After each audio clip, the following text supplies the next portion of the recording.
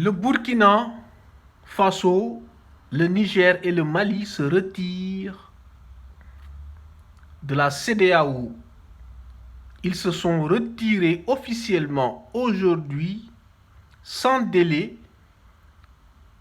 aujourd'hui le 28 janvier 2024 de la CEDEAO sans condition, c'est-à-dire qu'il s'agit d'un accord trilatéral entre ces trois pays que sont le Burkina Faso, le Niger et le Mali, pour dire non, qu'ils en ont marre et que les sauges qui les ont poussés à intégrer la CEDEAO depuis des décennies ne sont plus d'actualité.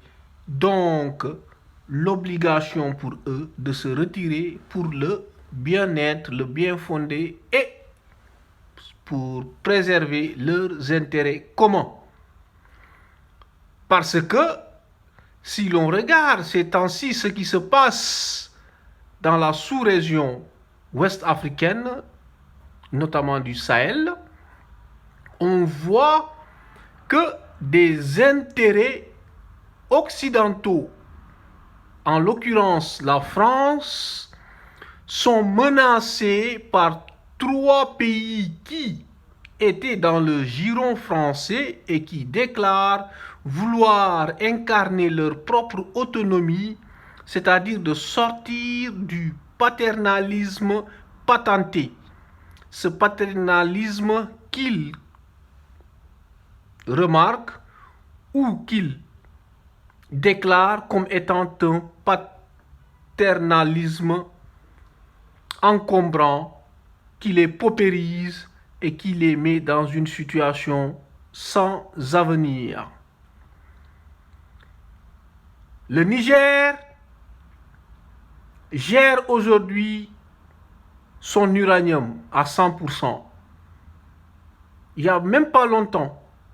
Et qu'aujourd'hui, on regarde ce qui se passe en France, c'est déplorable. Pourquoi? Parce qu'on a remarqué ces temps-ci une déclaration du ministre français sur la hausse de presque 10% du coût de l'électricité qui constitue un lourd fardeau sur la qualité de vie du citoyen français. Donc, cela peut nous pousser à déduire que l'une des conséquences du retrait du Niger dans le giron français est effectivement la gestion totale de l'uranium que l'on utilise pour faire tourner les réacteurs nucléaires, pour faire le courant, et que cette source d'énergie étant une énergie bien entendu sale, mais à bon marché. Donc, si la France n'a plus ce minerai pour se faire ravitailler en électricité bon marché, c'est-à-dire qu'il soit tourné vers l'Azerbaïdjan pour se faire livrer ce minerai qui coûte plus ou moins plus cher, bon, je ne dirais pas plus ou moins, mais effectivement bien plus cher que l'uranium nigérien, vous savez bien entendu que cela aura des répercussions très graves sur l'économie française et même européenne, d'autant plus que la France aussi ravitaille certains pays européens en électricité. Et vous savez, aujourd'hui, vu la période dans laquelle nous sommes de l'hiver, la France en a vraiment besoin. Le cas du Mali. Mali et le Burkina sont aujourd'hui des pays qui prennent des initiatives qui avant étaient impensables.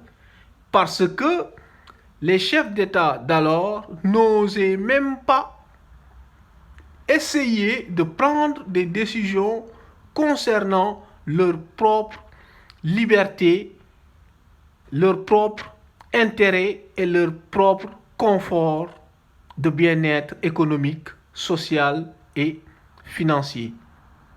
Ce qui fait qu'aujourd'hui, le pays comme le Mali et le Niger sont aujourd'hui capables de mettre sur place des industries qui les poussent vers l'autonomie, c'est-à-dire assurer une automatisation et l'automation de l'industrie malienne qui constitue un pilier essentiel pour le développement d'un pays, parce que pour développer un pays, il faut effectivement de la technologie. Et pour faire tourner la technologie, il nous faut du courant, et que le Niger en dispose en abondance, bien que sale. Mais tel n'est pas le problème. Ce qui est intéressant, c'est qu'on en a en abondance. Donc, cette décision de ces trois pays de s'éloigner de la CEDEAO, par conséquent de s'éloigner encore davantage de la France, qu'ils considèrent comme étant un pays qui manipule, qui fait tourner sa machine au sein de la CEDEAO, afin que cette CEDEAO puisse faire véhiculer ou faire imposer les idées et les décisions émanant de la présidence de la République de France, qui pour ces trois pays constitue un défaut, constitue un danger pour leur développement. Bien restent deux autres pays comme le Sénégal et la Côte d'Ivoire qui sont deux maillons importants de cette chaîne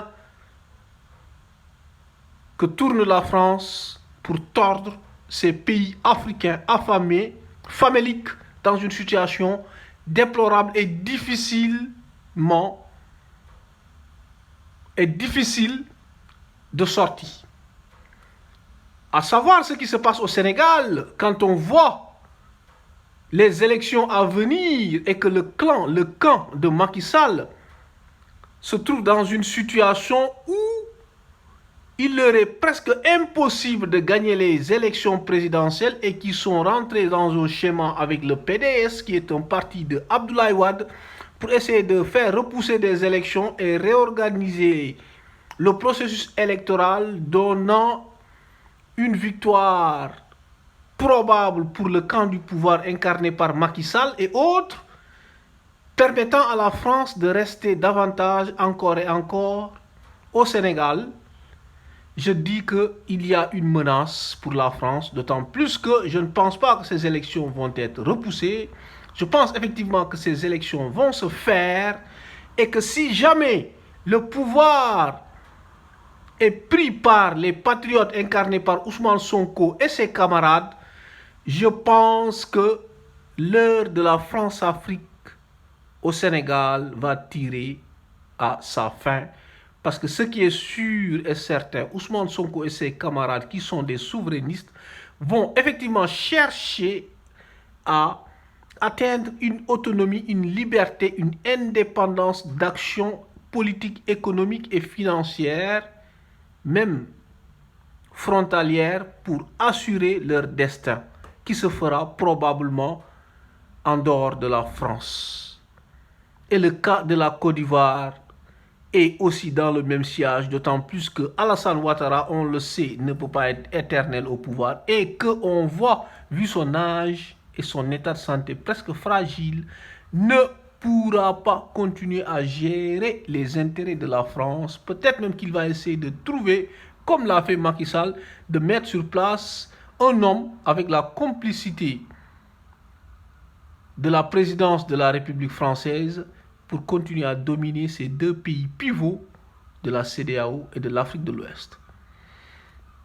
Mon avis sur ce qui se trame, mon avis sur ce qui se fait actuellement dans la sous-région des pays de la CEDEAO est que, effectivement, ces pays ou certains pays, comme ces trois pays, le Burkina Faso, le Niger et le Mali, qui sont en phase même, je dis même, de créer leur monnaie commune, vont se faire rejoindre par d'autres pays qui sont aussi de la CEDEAO, mais aussi d'autres pays qui ne le sont pas. Ce qui va constituer une force, et cette force va de plus en plus faire affaiblir la CEDEAO. Et je demande à la France de revoir ses copies plutôt que de tout perdre, la France, je pense, doit revoir sa politique étrangère africaine. Parce que si la France ne le fait pas, eh bien, son bol de riz lui sera arraché de force et qu'il ne lui restera pas une graine de plus dans sa bouche.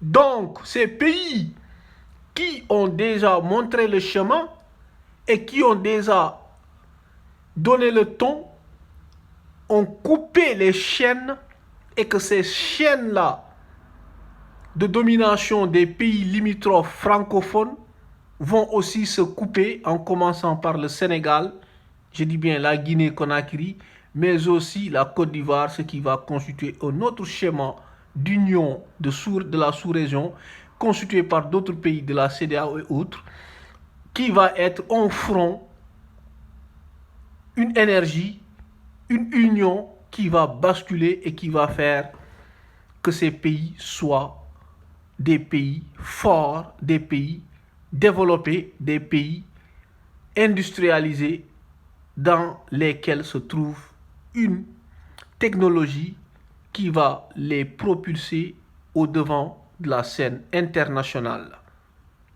Donc, c'est à la France de prendre ou de laisser, c'est à la France de se rattraper ou pas, c'est-à-dire de se mettre dans le même rang que tous les autres pays qui viennent coopérer avec la France, avec l'Afrique, c'est-à-dire être dans une relation d'égalité où chacun doit pouvoir tirer le maximum de lui-même, c'est-à-dire chaque partie, chaque camp doit pouvoir tirer des intérêts, des collaborations mutuelles afin que chacun puisse s'épanouir pleinement, mais non pas un camp qui s'accapare des 90, 80, 70% ou même 50% des ressources de ce pays au bénéfice d'un seul comme la France. Je dis que cela n'est pas viable. Donc il en va de la survie de la France qui doit faire vite pour arrêter son programme de domination de l'Afrique. Sinon, ce processus de cassage de gueule, entre guillemets, se fera bientôt. Parce que ce que je suis en train de voir là, ce processus-là, pour l'arrêter, ça va être difficile. Ça va être difficile. Donc, l'Afrique doit prendre sa responsabilité. La France doit se ressaisir très vite, sinon elle risque de perdre sa place en Afrique, quitte même à se faire renvoyer de force de l'Afrique. Donc, vive le Burkina Faso, vive le Mali, vive le Niger, vive l'Afrique libre, où la traîtrise sera marginale, le patriotisme triomphera. Bon, je ne parle pas de nationalisme, mais je parle de panafricanisme, entre guillemets, triomphera. C'est-à-dire l'africanisme prendra le dessus sur toute autre forme de domination, qu'elle soit extérieure ou même interne. Donc, vive l'Afrique.